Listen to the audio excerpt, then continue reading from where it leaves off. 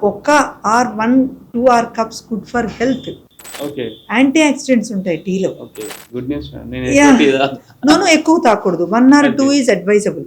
Okay. More than that harmful. ఆహా! Okay. రెండో విషయం టీ పౌడర్‌కొచ్చాక మీరు బయట టీ తాగుతానన్నారు కాబట్టి, జనరల్‌గా చాలా మంది వ్యాపారస్తులు టీని మీరు చల్ల నీళ్ళలో వేసి చూడండి టీ పౌడర్ కలర్ దిగదు. వేడి నీళ్ళలో ఏస్తే మాత్రమే కలర్ దిగాలి. అది టీ పౌడర్ నిజం.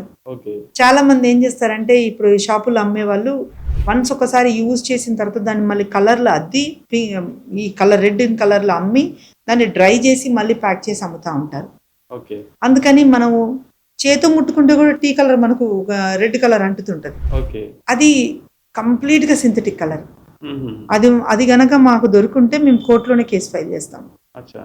అలా కాకుండా మన ఇంట్లో టెస్ట్ చేసుకోవాలన్నా చల్లటి నీళ్ళలో వేసినప్పుడు టీ రంగు దిగదు. హుహు. వేడి నీళ్ళలో వేసినప్పుడు మాత్రమే రంగు దిగాలి. చాలా సూపర్ డస్ట్ టీ అనే ఉంటుంది. అవును. అంటే మనం తాగేది ఆ డస్టా ఏంటి అది ఏం ఎగ్జాక్ట్? లేదండి. ఆ! ఒకదాన్ని లీవ్స్‌తో తయారు చేస్తారు. లీవ్స్ కట్ చేస్తారు. మనం కట్ చేసినప్పుడు. ఓకే. ఇక్కడ డస్ట్ అయినా పర్వాలేదు, లీవ్స్ అయినా పర్వాలేదు. డస్ట్ అంటే కట్ చేసిన తర్వాత మళ్ళా అదంతా కూడా ఫైన్ ఫామ్‌లోనే ఉంటది. ఇది లీవ్స్ ఫామ్‌లో ఉంటది. అది డస్ట్ ఫామ్‌లో ఉంటది. 2 ఒకటే. ఇక్కడ క్రిటికల్ పాయింట్ ఏంటంటే కట్ చేసేటప్పుడు ఉన్నటువంటి రంపం ఇట్లా సన్న బ్లేడ్స్ ఉంటాయి కదా! ఆ! ఆటి పౌడర్ అందులో చేరే ఛాన్స్ ఉంది. ఓకే. ఓకే. సన్నగా కట్ చేసేటప్పుడు. దానికోసమనే ఐరన్ ఫైలింగ్ అంటారు వాటిని. ఆహా! అవి కట్ అయ్యి వస్తా ఉంటాయి. దానికోసమే ఫిల్టరేషన్ చేసుకుంటాం.